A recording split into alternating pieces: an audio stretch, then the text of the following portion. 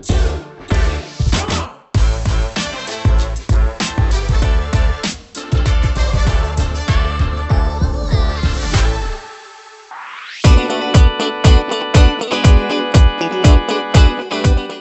to today's edition of our Design Diaries, and today we are going to be talking to Lyubomir Mateev. Lubo is a designer and design leader based out of Sofia, Bulgaria. Lubo, welcome to the show. Happy to be here and to have an interesting discussion and, maybe share some insights on both our levels. Yeah, let's start with that, Lubo. Why don't you tell us a little bit about yourself? Perfect. So I start with a short story. I graduated computer science, and I only graduated because my professor on algorithms asked me to promise to never become a programmer. And I stood up. I said I would never become a programmer. I would honor your decision. And then he allowed me to pass on and to get my exam. And now here I am doing design 15 years later. I fulfilled that promise, but I'm still very close to developers, working as a UX designer, now a principal UX designer in the central design team at SAP. Long story short, I started from literally building small components and controls. My first one was the breadcrumb, believe it or not. I was like, what, a breadcrumb?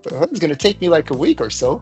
Well, it didn't. It turned out designing for enterprises, not that simple. But, fast forward a decade, I think I've been through almost everything around the design system that I could do. And right now I'm supporting our LOBs and our stakeholders. I'm helping them with, answering questions around the design system, doing design consultations, and of course, driving a lot of the topics that we do around the design system, but also in the Sofia office together with Georgi and the amazing team that we have here. This transition from computer science into, design, as we call it. Do you remember your first interview when you're getting into the design industry? How was it? What was your experience there? I wouldn't say a lot about my first, but I would always remember my SAP interview. That interview is what is still keeping me here 10 years after it, right? It was amazing. The people were amazing.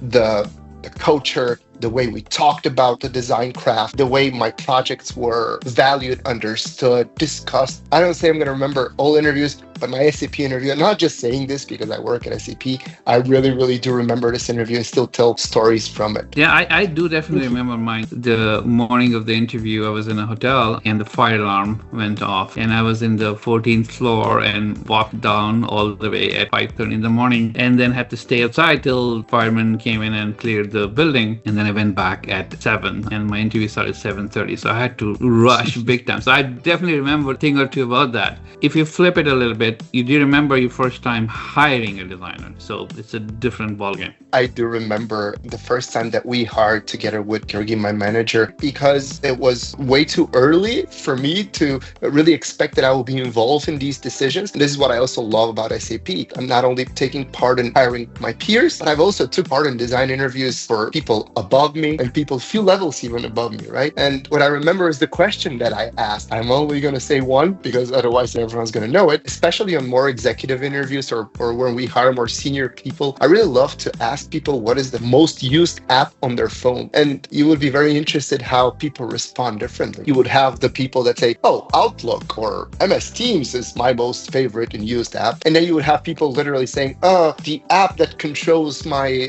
smart bathroom or something like that. And then you start to understand how people think. There's some people that really are always triggered to think about work or talk about always kind of work related. But there's also the out of the box thinkers that are like, oh, my favorite app, it's the bathroom app. So that's one of the favorite questions I ask, just to understand what people really are open to talk about and what is their life outside of the persona that maybe they're bringing to the interview. What about you? I think I use Spotify quite a bit. Of course, the music part is great. The podcasts are great. And anytime I have some downtime, that's my go-to place. The other app I like a lot using nowadays is Headspace. I love the design perspective and how it is created. For me, I also look into obscure apps. This app did this thing differently, and I wonder how it would be if we tried, a similar use case, not because I use it all the time, but the designer in me is always about exploring new things. If you ask me the same question 2 months later, I might have a new favorite. What keeps a designer interested in their job, I guess, is the complexity and the variability of problems they're solving. And I also think the other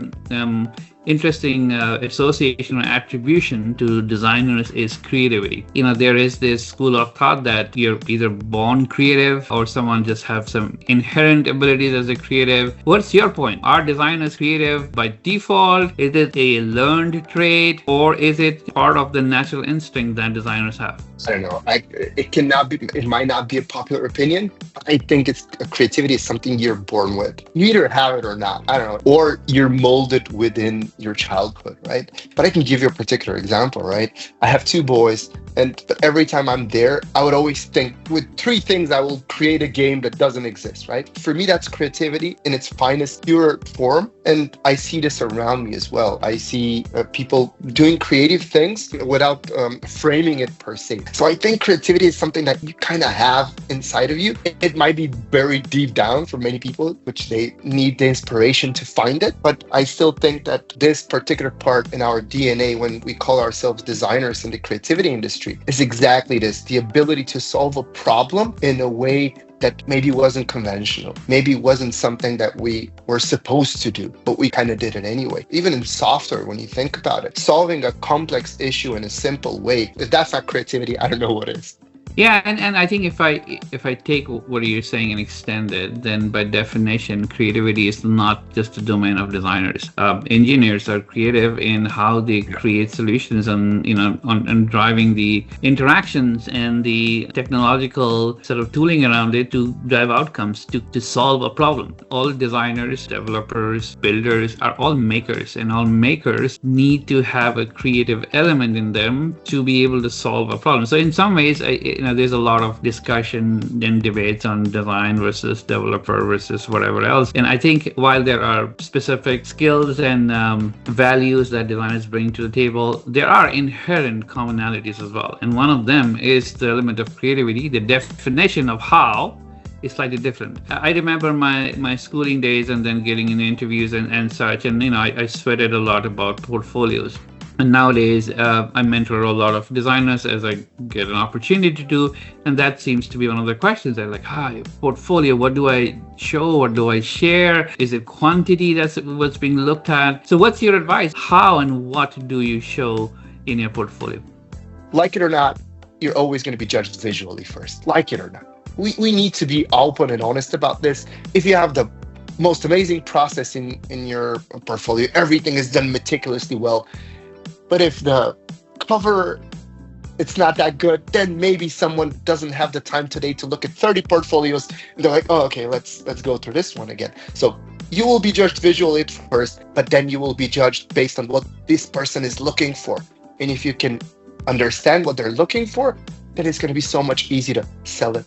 For me, it's research. You need to know where you're going and what that company values. What is the mission of that company? What are they designing? If you're applying at an enterprise, you need to do your portfolio in a particular way.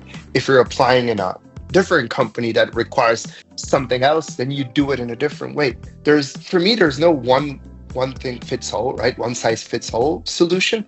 I've always said this to everyone. Finding a job is a job by itself. If you want to find a job, you need to work 9 to 5. It's research. It's really doing your homework. And then it shows. I have a very great example recently with a person I worked with who is coming from the movie industry and he wants to transition into design. And when he showed me his first attempt at the portfolio, he only has one design project. And I asked him, where are all your projects or one of the projects you did for so many years in the movie? Well, that's in movies and it's not UX, so it's not relevant. Like, no, it's everything. It's relevant. Even if you're a waiter somewhere, it's also relevant to put it in your resume. What's a waiter? A person that talks to customers.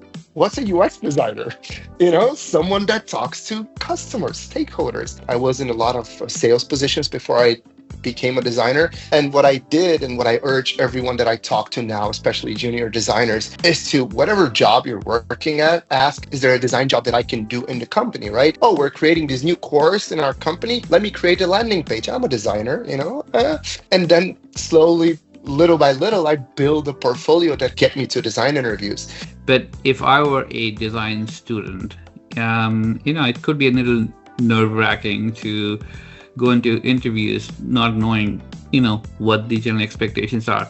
A little bit about their craft. Most designers are amenable to talk about it. But when it comes to other questions around negotiation, around working, around building credibility, etc., those are typically harder because a lot of these are not something that you are taught at school. So when you think about school and courses, etc., how important is design education in your mind?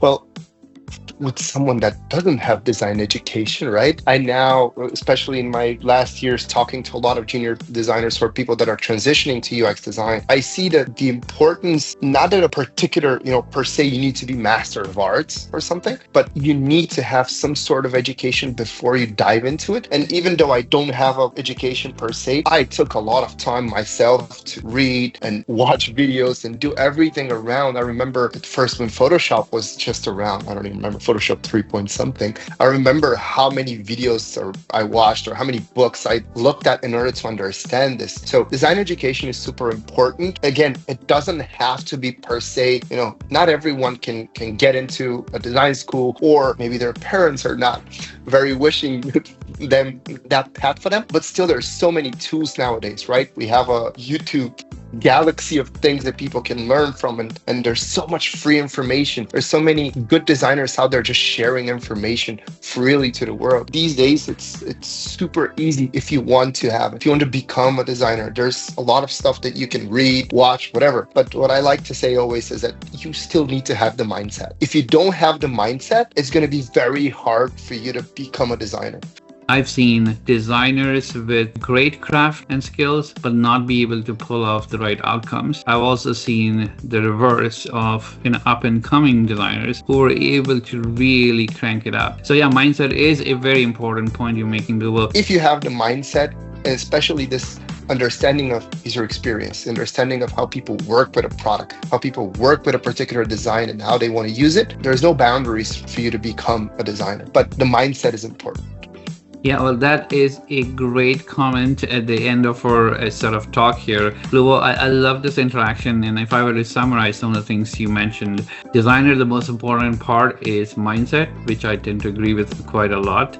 For you, I think formal education or not, it's really about how we as designers stay curious and pick up some of the latest greatest from what we see. And in terms of portfolio, again, do your research to figure out what it means to the other end and design your portfolio towards that. All very practical advices. I wish I had met someone like you when I was a young and budding designer, and I really appreciate it, and I hope our audience likes it as well. So Lubo, thank you again for joining the podcast. Appreciate it. Thank you so much. It was super nice to talk to you and discuss these things. All right. Bye-bye.